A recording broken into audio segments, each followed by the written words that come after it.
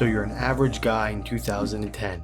You work your job, come home, play some games, and finish your night off with some X-rated videos. But every night you sit there, dreaming of a bigger life, a life that amounts to more than just being another rat in the race. The movies have been warning us. What it means to be a man is slowly falling apart in modern society. David Fincher once said, "We're designed to be hunters, and we're in a society of shopping. There's nothing to kill anymore, there's nothing to fight, nothing to overcome, nothing to explore." In that societal emasculation, every man is created. Society wants men to be raised soft, submissive, and weak. Most men have been falling into this trap within the past decades and are currently still doing so till this day. But there's a few % of men who can see through it. Imagine a world where your true potential is held captive by addiction, where your sexual libido is dulled, your self-control is weakened, your motivation is drained, and your decision-making is impaired. This is the reality of most men who watched The Hub. But a new dawn has emerged. You want to be different, like Patrick Bateman or Tyler Durden did. You desire to be something of substance, a man of power, without murdering a bunch of people, of course. You believe you're meant for something more than the 9-to-5 slave work. So, sick of your current ways, you go online and try to find a solution. Scrolling through Reddit, something catches your eye. Something talking about freeing themselves from the hub. NoFap.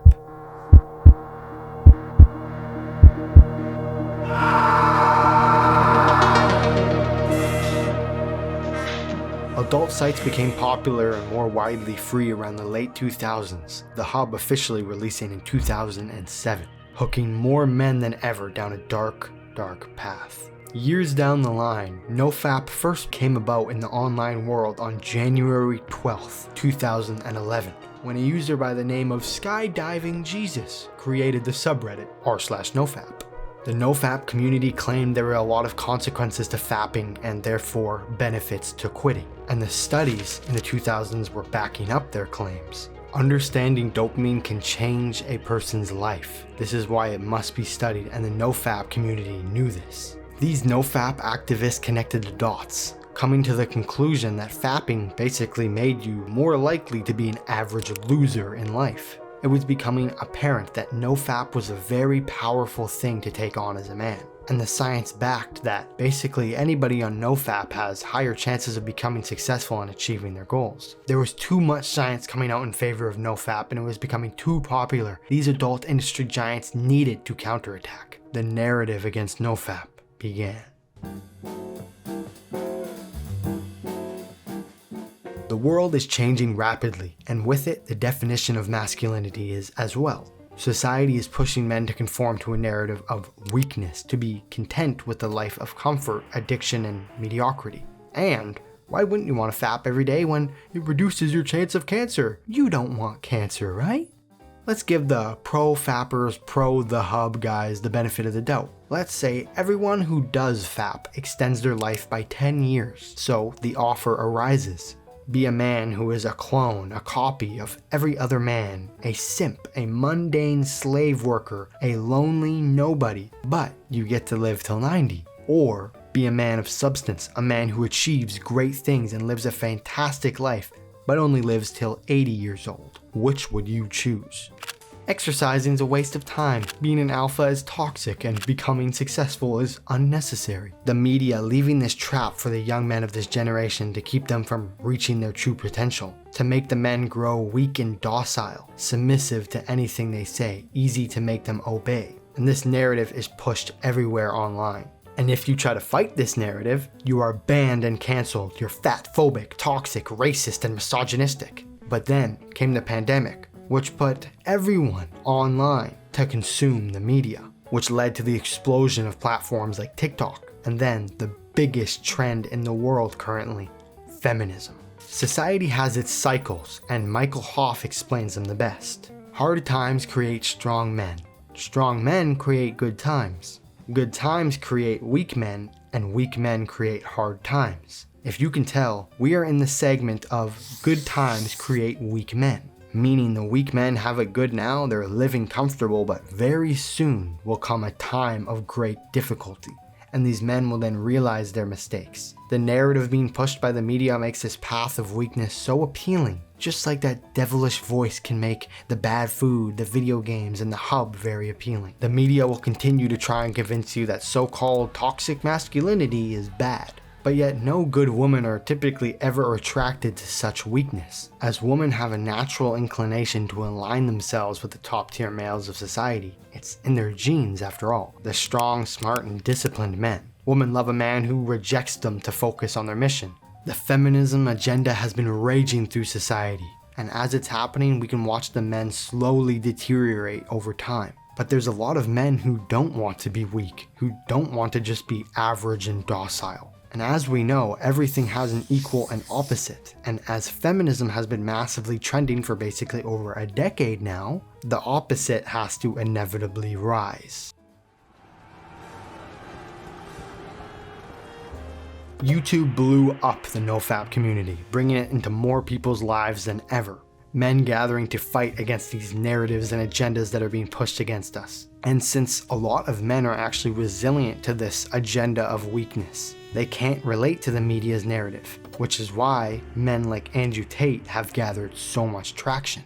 With more young men lost than ever, with a strive to hunt yet stuck in a consumerist world, just like in Fight Club where all the lost men of North America were attracted to the idea of fighting against a corrupt system, so they can again have an enemy to battle. These people like Andrew Tate have brought men together and told them exactly what they've been waiting to hear. And he plays the role of a father, master, or brother, a role which so many young men in this generation are in need of because of the fatherless problem in North America.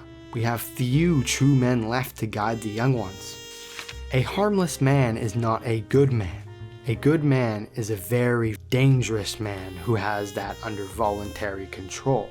It is your duty as a man to become as strong as possible, physically, mentally, emotionally, and financially. This has been the path of men for all history, and it still does apply in present day, and NoFap is a part of a man's journey, as a man controlled by lust is a weak man, and a truly strong man can look straight into his urges and walk right through them when he deems beneficial. But NoFap also has a dark side to it.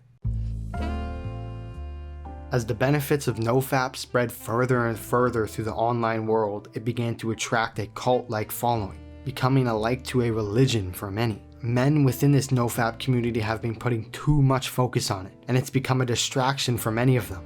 When in reality, its highest power is meant to be a foundation, a lifestyle that's put on the back burner. NoFap started to become an escape mechanism for many. It became a way for them to seem more powerful amongst the average. It became an ego trip, a way to seem different. NoFap is not anything special. It's a mere necessity on the path of masculinity, a common trait amongst the powerful men of the world. But NoFap, whilst being praised for its benefits, is useless in itself. The average Jeffrey is gaming every day, consuming shitty foods, smoking weed, watching Netflix every night, and if Jeffrey committed to NoFap, his life is probably not going to get any better as a whole. But it's a start, a spark to bringing to fruition his masculine fire. A man without fire in his heart is a man that doesn't accomplish anything. A man with no purpose is a man walking into darkness. These big corporations will try and steal the fire in your heart just to make a bit of ad money off you. The media and the narratives they push are designed to make them money, most likely at the expense of your own power. It is of utmost importance for a man to seek power, power in the form of finances, network and connections, respect, a loyal crew, and a family of greatness. And most importantly, you gotta get your ass to work. As much as the self-improvement gurus will praise NoFap, these things are only side quests that will help you with your main quest. And your main quest should always be getting the bag. It should be outworking 99% of your competition. It should be striving for a greater purpose. A purpose which leads the world to a better place. Whether that's simply saving your mom from the rat race, helping other young men out of depression and being average, or simply just motivating people to do better around you. It's in a man's nature to want to become the best, to fight to prove they are worthy, And this still occurs nowadays where men have to fight to prove their worth. But it's just not in a physical way as it was in the past. Now it's somewhat in a spiritual sense. You still have to fight to prove your worth in present day, but now you're fighting the voice in your head, the devil in your head that tries to convince you to be lazy, to play video games, to watch the hub. And 90% of men give in. They take the easy path and don't fight, and the devil wins that easily. They fail to prove their worth. So they stay mundane. They stay a carbon copy of every other man. Every time you do a good thing for your future self, the universe sees that and it gives you back the equivalent. You reap what you sow. The more you do today, the better chances you have in your future. It compounds. And with enough work, persistence, and faith, all your efforts may one day bloom into a beautiful flower. But it takes time to build these good things over years. Gentlemen, it is your duty to work your hardest, to genuinely give life your all every day. Or else, it's likely your dreams will never become true. I repeat, try your hardest every day, or else your dreams will stay dreams. Welcome to the Watch to the End Club. Nice to see you here. This is my first hit at this rodeo. I've not made a video this good so far, but I'm going to continue making these type of videos. So if you want to see more of these mini documentary type videos in the self-improvement niche, feel free to subscribe. My intention is I want to make very entertaining videos, but I don't want that to be the sole purpose.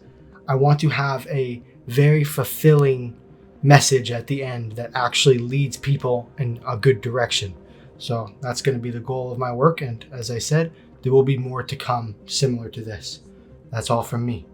Peace.